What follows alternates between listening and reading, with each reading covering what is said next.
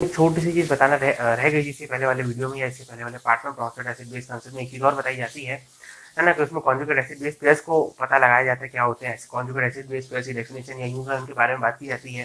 ठीक है, तो एक छोटी सी चीज़ रह गई थी बताना, उसको अपन लोग इस वाले पार्ट में डिस्कस करेंगे, है ना। ठीक है, देन आफ्टर दैट जो हम लोग लुईस एसिड बेस को जो है कंसेप्ट करेंगे, जिसके लिए जो मेन वीडियो जो ये बनाया गया है। ठीक है, तो सबसे पहले हम देखते हैं रिलेटिव स्ट्रेंथ क्या होती है। ठीक है, तो रिलेटिव स्ट्रेंथ कह लो या यूं कह लो, देखो मैं बताता हूँ आपको।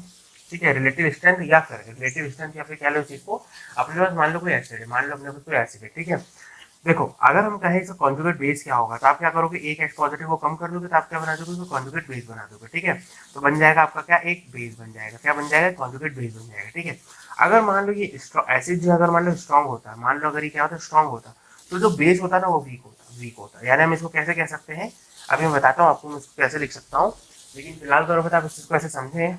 और अगर मान लो अगर ये वीक होता तो जो कॉन्जुगेट बेस होता वो स्ट्रॉन्ग होता। यानी अगर ये वीक एसिड है तो ये स्ट्रॉन्ग बेस होता। या इसका उल्टा भी कह सकते हैं, अगर मान लो हमारे पास कोई बेस है, अगर हमारे पास कोई मान लो बेस है, और अगर मैं इसको कॉन्जुगेट एसिड बना दूं, तो मैं क्या करूंगा, एक H पॉजिटिव का नंबर बढ़ा दूंगा। ठीक है ना, और हमें मिलेगा क्या, हमें मिलेगा कॉन्जुगेट एसिड। हमें क्या मिल जाएगा, कॉन्जुगेट एसिड मिल जाएगा। हमें क्या मिल जाएगा, कॉन्जुगेट एसिड मिल जाएगा। ठीक है, अब अगर मान लो ये स्ट्रॉन्ग होता, अगर मान लो ये स्ट्रॉन्ग होता, तो अगर मान लो ये स्ट्रॉन्ग बेस होता, तो जिसको कॉन्जुगेट एसिड है वो क्या होता, वीक होता। ठीक है, या फिर अगर मान लो ये वीक होता, यानी कि एक वीक बेस होता, तो उसमें जो कॉन्जुगेट एसिड होता वो क्या होता है, स्ट्रॉन्ग एसिड होता। क्या होता है, वो स्ट्रॉन्ग एसिड होता। ठीक है, यानी जो स्ट्रेंथ है इनकी, ठीक है, स्ट्रेंथ वो कैसी है, उल्टी अपोजिट। अगर स्ट्रॉन्ग है तो ये वीक है, ये वीक है तो ये स्ट्रॉन्ग है। ठीक है, इसको मैं ऐसा भी लिख सकता हूँ, कैसे, स्ट्रेंथ। अच्छा एक काम करता हूँ, पहले मैं आपको एक एग्जांपल से बताता हूँ, फिर मैं उसको लिख दूंगा। ठीक है, अगर मान लो अपने पास Cl है, चलो मान लो मैंने कहा Cl नेगेटिव है, आपको उसकी स्ट्रेंथ पता करनी है। ठीक है, या चलो मैंने आपसे पूछा अपने पास Cl नेगेटिव है और मैंने कहा एक अपने पास OH नेगेटिव है। ठीक है, मैंने कहा इन दोनों में से कौन सा अच्छा अच्छा बेस है, या यूं कह लो, मैं ऐसा सवाल पूछता हूँ, कौन सा अच्छा न्यूक्लियोफाइल होगा, है ना, न्यूक्लियोफाइल होगा। तो न्यूक्लियोफाइल आप इसको ऑर्गेनिक केमिस्ट्री में और अच्छे से डिटेल में पढ़ेंगे, लेकिन मैं आपको छोटे तौर पे या थोड़े से ब्रीफ में बताता हूँ। देखो बेस के पास क्या होता है और न्यूक्लियोफाइल के पास क्या होता है, ये बेस और न्यूक्लियोफाइल में अंतर क्या होता है। बेस क्या होता है, ये भी क्या करता है, अपने लोन पेयर को डोनेट करता है, लेकिन फर्क ये रहता है, लोन पेयर डोनेट करेगा only to the proton only, और जो न्यूक्लियोफाइल होगा वो किसी और को, यानी अदर देन दी प्रोटॉन। अगर मान लो वो भी क्या करेगा, लोन पेयर को डोनेट करेगा, लेकिन किसको डोनेट करेगा, वो स्पीशीज अदर देन दी प्रोटॉन। ठीक है, मतलब प्रोटॉन को छोड़ के, वो किसी भी एक्सेप्ट प्रोटॉन, है ना, अदर स्पीशीज एक्सेप्ट प्रोटॉन उसको डोनेट करेगा। ठीक है, other species other than proton, यानी किसी को भी डोनेट करेगा प्रोटॉन को छोड़ करके, तो वो न्यूक्लियोफाइल कहलाएगा। और अगर मान लो अगर प्रोटॉन को डोनेट करेगा तो वो कहलाएगा आपका बेस। लेकिन अगर हम ध्यान से देखें तो अल्टीमेटली दोनों ही क्या कर रहे हैं, लोन पेयर को डोनेट कर रहे हैं, लोन पेयर को डोनेट कर रहे हैं, यानी दोनों की दोनों क्या है, लोन पेयर डोनर है। ठीक है, तो इसका मतलब ये होगा कि चाहे मैं बात करूँ न्यूक्लियोफिलिक स्ट्रेंथ की या उसकी बेसिक स्ट्रेंथ की, या उसकी बेसिक स्ट्रेंथ की, यही उसको ऐसे भी लिख सकते हैं ना, कि अगर अगर हम मान ले बेसिक स्ट्रेंथ अपनी बहुत अच्छी है, तो इसका मतलब उसके पास लोन पेयर बहुत अच्छे है, और वो लोन पेयर अच्छा है, तो वो हो सकता है किसी और को दे रहा हो प्रोटॉन को छोड़ के, इसका मतलब न्यूक्लियोफिलिक स्ट्रेंथ भी अच्छी होगी। इसका मतलब दोनों का कैरेक्टर तो एक ही ऐसा है ना, दोनों का नेचर तो एक ही ऐसा है ना, दोनों का जो है ना बिहेवियर है वो तो एक ही ऐसा है ना, लोन पेयर डोनेट करने का। यानी दोनों के पास ही जो अच्छी स्ट्रेंथ तब होगी जब उनके पास लोन पेयर की अवेबिलिटी ज्यादा से ज्यादा होगी। ठीक है, यानी हम कह सकते हैं nucleophilicity directly proportional to the basicity, या फिर availability of availability availability of lone pair, यानी जितने ज्यादा लोन पेयर होंगे इसका क्या लग सकते हैं, नंबर ऑफ लोन पेयर। ठीक है, जितने ज्यादा नंबर ऑफ लोन पेयर होंगे उतनी ज्यादा उसकी बेसिसिटी होगी, या फिर उतनी ज्यादा उसकी न्यूक्लियोफिलिसिटी होगी, या बेसिक स्ट्रेंथ, या बेसिक कैरेक्टर। ठीक है, और उतनी ज्यादा उसकी न्यूक्लियोफिलिसिटी भी होगी। ठीक है, तो इसका मतलब एक चीज ध्यान से सुनना, अगर मैं आपसे पूछूं इन दोनों में से कौन सा अच्छा न्यूक्लियोफाइल होने वाला है, तो आप पता कर लो कौन सा अच्छा बेस होने वाला है, और जिस जो अच्छा बेस होने वाला है वो अच्छा न्यूक्लियोफाइल होगा। ठीक, तो कैसे पता करोगे, आपको उनकी बेसिक स्ट्रेंथ पता करनी है, तो क्या करूंगा, कॉन्जुगेट एसिड बना लो। क्या करूंगा, कॉन्जुगेट एसिड बना लो। कॉन्जुगेट एसिड बनाते के टाइम पे अपन क्या करते हैं, एक H पॉजिटिव बढ़ा देते हैं, तो ये बन जाएगा H2O, ये बन जाएगा HCl। ठीक है, अब अपन को मालूम है ये स्ट्रॉन्ग एसिड है ना, ये क्या है, स्ट्रॉन्ग एसिड है with respect to H2 obviously. ठीक है, तो इसका मतलब ये क्या हो जाएगा, एक वीक एसिड हो जाएगा with respect to the HCl। ठीक, अगर अल्कोहल होता तो उससे ज्यादा अच्छा एसिड ही होता है, H2O होता है। ठीक है, वो बताऊंगा आगे चल के। ठीक है, तो आप क्या करोगे, ये स्ट्रॉन्ग एसिड था तो इसमें जो कंजुगेट बेस होगा वो वीक होगा, इसका मतलब ये वीक बेस होगा। और विद रिस्पेक्ट टू दिस, ये उसके सामने स्ट्रॉन्ग बेस, इसका मतलब ये नहीं कि स्ट्रॉन्ग बेस ही है, ये इसके सामने भी है ना, इन दोनों के रिस्पेक्ट में बात की जाती है। तो अपन लोगों ने पता कर लिया कि इन दोनों में से जो बेसिक स्ट्रेंथ है वो किसकी अच्छी है, वो इसकी अच्छी है। और एसिडिक के मामले में तो ये था ही अच्छा, तो अपन को तो इनके बारे में पता करना था। इसका मतलब अपन ने पता कर लिया क्या है, मोर न्यूक्लियोफिलिक है या मोर न्यूक्लियोफिलिक स्ट्रेंथ इसकी ज्यादा है। एक टर्म और आती है that is known as leaving group, है ना, लिविंग ग्रुप या लिविंग टेंडेंसी। तो लिविंग ग्रुप ये जो अपने पास जो लोन पर कंटेनिंग ग्रुप्स होते हैं ना, ये जनरली लिविंग ग्रुप की तरह काम करते हैं। जैसे मान लो अपने पास कोई न्यूक्लियोफिलिक सब्स्टिट्यूशन रिएक्शन है ऑर्गेनिक केमिस्ट्री में, मान लो ये अपने पास क्या है, मान लो अपने पास एल्काइल हाइड्राइड था, इसने मान लो कोई अपने पास कोई न्यूक्लियोफाइल आया और उसने क्या करा, इस पर अटैक करा और सीएल ग्रुप बाहर हो गया, ठीक है ना। इस तरीके से जैसे हम कहते हैं ना, जिसमें हम कहते हैं अपन पढ़ते हैं SN1 और SN2, ठीक है। एक में क्या बनता है, SN1 में पहले कार्बोकेटाइन बनता है और SN2 में डायरेक्ट सब्स्टिट्यूशन होता है, न्यूक्लियोफिलिक सब्स्टिट्यूशन रिएक्शन या बायोमोलिकुलर न्यूक्लियोफिलिक सब्स्टिट्यूशन। मान लो ये SN2 का एग्जांपल है। और SN1 में तो पहले कार्बोकेटाइन बन रहा होता है, ये पहले R पॉजिटिव बना रहा होता और फिर उसके न्यूक्लियोफाइल इस पर अटैक कर रहा होता। खैर मैं तो अभी उसमें नहीं घुस रहा हूँ, और नहीं पढ़ाऊंगा उसको, है ना। तो कहने का मतलब ये है कि एक ग्रुप आया और दूसरा ग्रुप गया, तो जो ग्रुप बाहर चले गए that is known as leaving group. ये Cl जो था लिविंग ग्रुप था। तो अपन को लिविंग टेंडेंसी भी पता करनी है ना, तो वो भी हम पता कर सकते हैं इस कंसेप्ट से। कैसे, क्योंकि एक टर्म, एक चीज होती है दैट इज नोन, एक टर्म होती है that is known as leaving tendency, और जो लिविंग टेंडेंसी होती है ना, वो बेसिसिटी के इनवर्सली प्रोपोर्शनल होती है। यानी बेसिसिटी के, यानी जो जितना अच्छा बेसिक होगा उतनी ज्यादा उसकी लिविंग टेंडेंसी कम होगी, है ना। और जो जिसकी बेसिक स्ट्रेंथ या बेसिक कैरेक्टर जितनी कम होगी उतनी ज्यादा उसकी लिविंग टेंडेंसी होगी, ठीक है, उतनी ज्यादा उसकी लिविंग टेंडेंसी होगी, ठीक है। तो अब इसका मतलब ये है कि ये इसकी बेसिसिटी ज्यादा है ना, ये मोर बेसिक, इसका मतलब इसकी लिविंग टेंडेंसी ज्यादा होगी। इसका मतलब मोर लिविंग टेंडेंसी और इसकी वीक लिविंग टेंडेंसी होगी। मतलब अगर मान लो कोई ग्रुप है जिसके पास क्लोरीन और OH है, तो रिप्लेस कौन होगा, Cl ये मोर लिविंग टेंडेंसी रखता है, इसका मतलब ये रिप्लेस हो जाएगा, ये रिप्लेस हो जाएगा, ये नहीं। हाँ, अगर मान लो सिर्फ यही तो फिर तो यही रिप्लेस होगा, अगर मान लो सिर्फ यही तो यही रिप्लेस होगा। लेकिन अगर मान लो किसी ग्रुप में दोनों है ना, और न्यूक्लियोफिल अटैक करना, तो वो पहले इसको हटा पाएगा, इसको हटा पाएगा, जिसकी लिविंग टेंडेंसी ज्यादा होगी, जो छोड़ने की क्षमता को ज्यादा रखता है, तो कौन रखता है इनके मुकाबले, ये रखता है, ठीक है। तो ये भी चीज आप पता कर सकते हो इस वाले कंसेप्ट यानी रिलेटिव स्ट्रेंथ से, ठीक है। रिलेटिव स्ट्रेंथ मतलब एसिड और बेस की हम कंपैरिजन कर रहे हैं ना, उस तरीके से। अगर मान लो अपने पास NH2 नेगेटिव है, अपने पास OH नेगेटिव है, ठीक है, तो या फिर मान लो अपने पास एक एल्कोहल है ROH या RO नेगेटिव ले लेते हैं, ठीक है, एल्कोक्साइड आयन ले लेते हैं, ठीक है। उसी तरीके से हम लोग ले लेते हैं यहाँ पर अपना एक OH नेगेटिव ले लेते हैं और एक अपन ले लेते हैं NH2 अमीनो आयन, ठीक है, अमीनो आयन ले लेते हैं, ठीक है। अच्छा, मेरे को कंपेयर करना है इनकी स्ट्रेंथ वगैरह, ठीक है। तो बेटा एक चीज बताना, इसको मैं थोड़ा सा ऑर्गेनिक में आपको थोड़ा डिटेल में बताऊंगा। जो एसिडिक स्ट्रेंथ होती है ना, वो वाटर की सबसे अच्छी होती है इन तीनों में, इन तीनों के रिस्पेक्ट में। फिर अल्कोहल की बारी आती है और फिर अमीनो ग्रुप की बारी आती है, ठीक है। इसका स्पेसिफिक या यूं का एक वैलिड रीजन है, उसको मैं पूरा डिटेल में आपको बताऊंगा, बहुत मैं आपको बहुत डिटेल में बताऊंगा। लेकिन इस चीज को अपन डिस्कस करेंगे GOC and general organic chemistry में, ठीक है ना। अभी लंबा करने का वीडियो का कोई मतलब नहीं है, मैं कंसेप्ट में भटक जाऊंगा अगर मैंने इनको सबको समझाने की कोशिश करी तो, ठीक है। अभी आपको चीज मालूम है, ठीक है, मान के चलो आपको चीज मालूम है, ठीक है। तो अगर हम ध्यान से देखें तो इसका जो कॉन्जुगेट बेस होगा वो कैसा होगा, ये होगा आपका अल्कोहल, मतलब ये हो गया RO नेगेटिव और ये हो गया आपका NH2 नेगेटिव।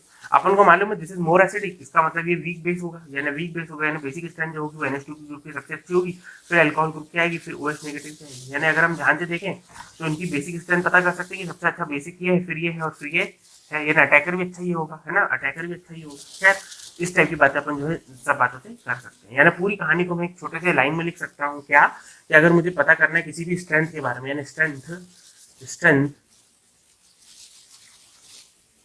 ऑफ एसिड या बेस, ठीक है ना, या बेस, वो किसके प्रोपोर्शनल होगी, इनवर्सली प्रोपोर्शनल होगी किसके, स्ट्रेंथ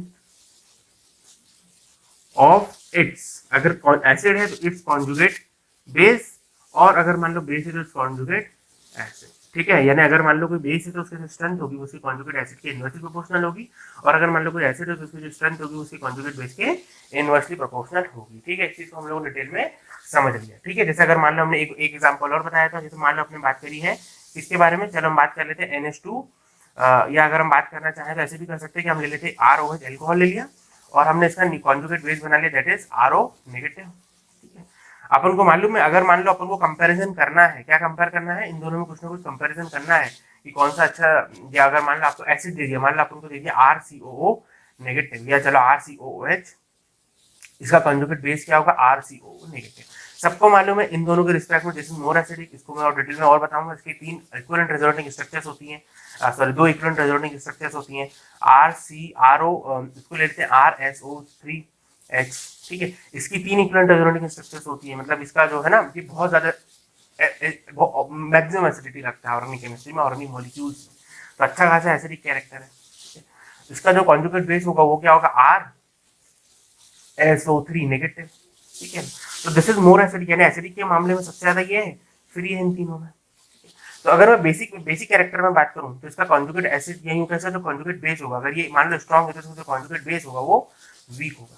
यानी अगर मैं बात करूं इसके बेसिक कैरेक्टर के बारे में, ठीक है, इन तीनों में अगर मैं बेसिक कैरेक्टर कंपेयर करूंगा तो सबसे अच्छा कौन रहेगा, बेस RO नेगेटिव, ठीक है। उसके बाद आपका RCOO नेगेटिव, और फिर उसके बाद RSO3 नेगेटिव, ठीक है ना। इसका मतलब ये जो है ये मोर बेसिक है, दिस इज मोर बेसिक। तो आप बेसिक कैरेक्टर पता कर सकते हो, इसका मतलब इसकी न्यूक्लियोफिलिक स्ट्रेंथ भी ज्यादा होगी, मोर न्यूक्लियोफिलिसिटी, है ना, मोर न्यूक्लियोफिलिसिटी होगी, यानी एक अच्छा अटैकर होगा, गुड अटैकर होगा विद रिस्पेक्ट टू इनके, ठीक है, इनके कंपैरिजन में बात कर रहा हूँ, ठीक है ना। वहीं अगर मैं चाहूँ तो इसमें कह सकता हूँ इसकी विद रिस्पेक्ट टू दिस या इनके कंपैरिजन में वीक बेसिसिटी होगी, है ना। ये गुड, ये अच्छा मोर न्यूक्लियोफिलिसिटी नहीं होगी, लेस न्यूक्लियोफिलिसिटी होगी, या फिर एक वीक न्यूक्लियोफाइल होगा, ठीक है। और एक अच्छा अटैकर भी नहीं होगा, यानी वीक अटैकर होगा, है ना, अटैकिंग पावर इसकी कम होगी, ठीक है, यानी अच्छा रिएजेंट नहीं होगा।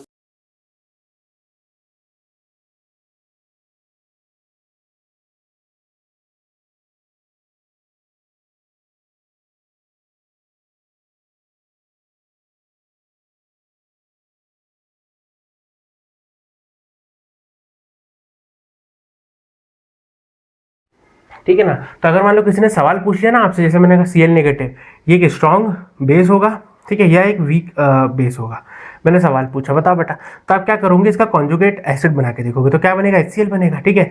अब चूंकि अगर मान लो मैं कह रहा हूँ इसका कॉन्जुगेट एसिड है, और सबको मालूम है ये स्ट्रॉन्ग एसिड होता है, ठीक है।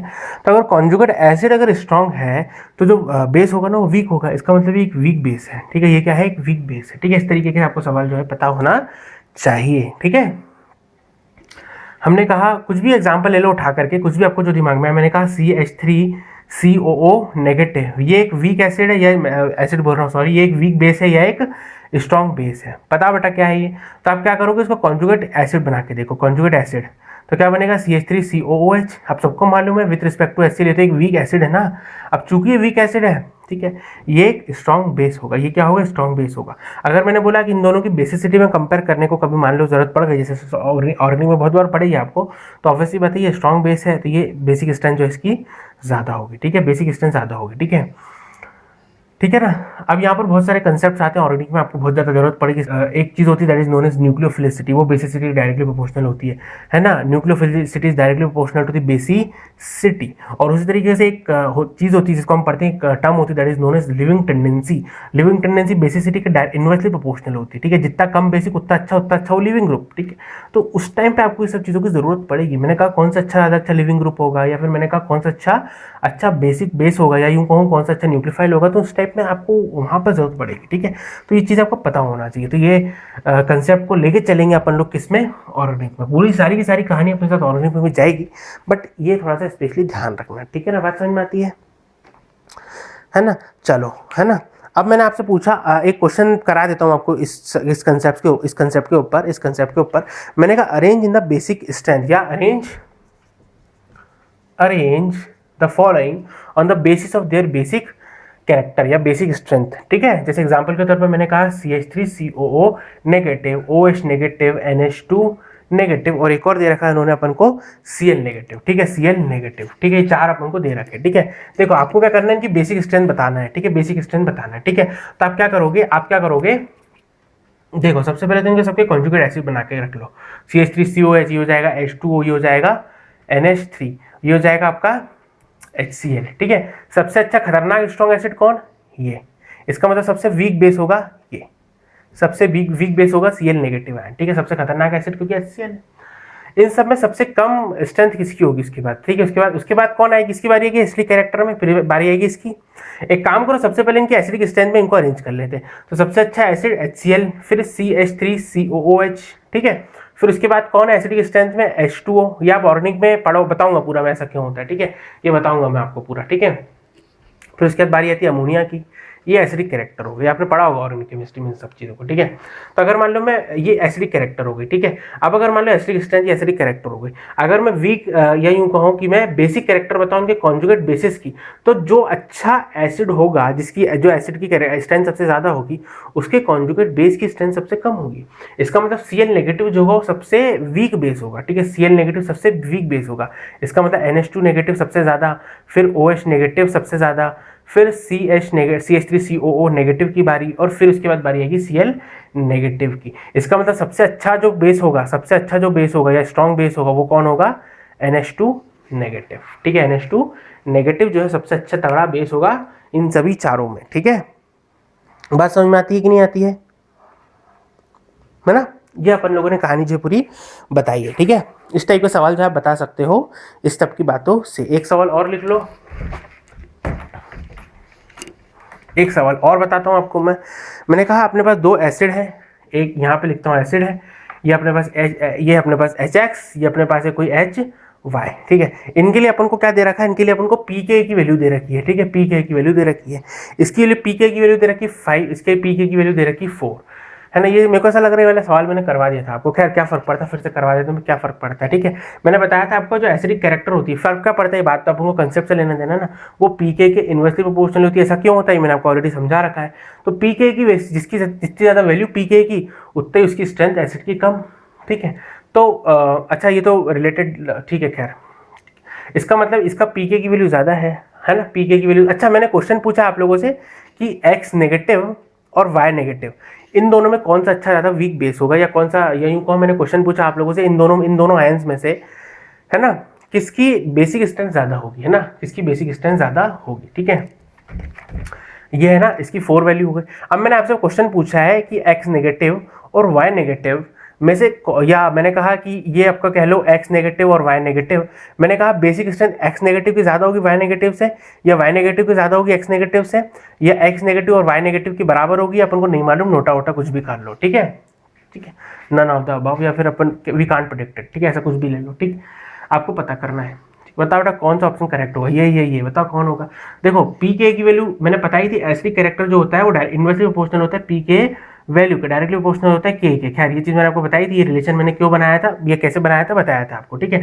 इसका मतलब के की वैल्यू इसके लिए ज़्यादा है, इसका मतलब इसकी एसिडिक कैरेक्टर कम होगी, ठीक है, एसिडिक कैरेक्टर कम होगी। तो अगर मैं चाहूँ तो ऐसा लिख सकता हूँ, एसिडिक कैरेक्टर जो होगी उसकी ज़्यादा होगी, जिसके पीके की वैल्यू कम है, इसकी कम है। इसका मतलब एसिडिक कैरेक्टर जो HY की होगी वो HX से ज़्यादा होगी। तो अगर मैं बेसिक कैरेक्टर पता करता हूँ उनके कॉन्जुगेट बेसिस की, तो वो उसकी उल्टी होगी। यानी अगर मैं कह रहा हूँ ये स्ट्रॉन्ग एसिड है विद रिस्पेक्ट टू HY, तो इसका मतलब इसका जो बेस होगा वो वीक होगा। इसका मतलब एक्स नेगेटिव जो कॉन्जुगेट बेस है वो वीक होगा। इसका मतलब कहने का है ना, वीक होगा। इसका मतलब मैं कह सकता हूँ कि जो वाई नेगेटिव होगा, है ना, क्योंकि ये क्या है स्ट्रॉन्ग एसिड है, तो इसका जो कॉन्जुगेट बेस होगा वो वीक होगा, तो वो क्या होगा, वीक होगा, सॉरी, ठीक है, वीक इस तरीके से, ठीक है। इसका मतलब अगर मैं क्या लिख सकता हूँ, बेसिक कैरेक्टर पता करता हूँ, ठीक है, तो चूंकि इसकी स्ट्रेंथ ज़्यादा थी, है ना, इसका एसिडिक कैरेक्टर ज़्यादा था, ठीक है, तो एसिडिक कैरेक्टर का ज़्यादा है तो उसके कॉन्जुगेट बेस का, है ना, जो बेसिक कैरेक्टर होगा वो कम होगा। तो कॉन्जुगेट बेस हो गया वाई नेगेटिव, इसका कॉन्जुगेट बेस हो गया एक्स नेगेटिव। तो चूंकि स्ट्रॉन्ग एसिड था, इसके कॉन्जुगेट बेस का जो बेसिक कैरेक्टर होगा वो कम होगा। इसका मतलब ये वीक बेस होगा। इसका मतलब बेसिक कैरेक्टर के, अगर मैं बेसिक कैरेक्टर के मामले में बात करता हूँ, तो वाई नेगेटिव का जो बेसिक कैरेक्टर होगा वो एक्स नेगेटिव से कम होगा। इसका मतलब एक्स नेगेटिव का ज़्यादा होगा। इसका मतलब 1 is correct, option number 1 is correct, ठीक है। तो इस तरीके से आपको सवाल पूछे जा सकते हैं, क्या फर्क पड़ता है, कैसे भी सवाल पूछे आपको बताने में आना है ना, आना चाहिए, ठीक है।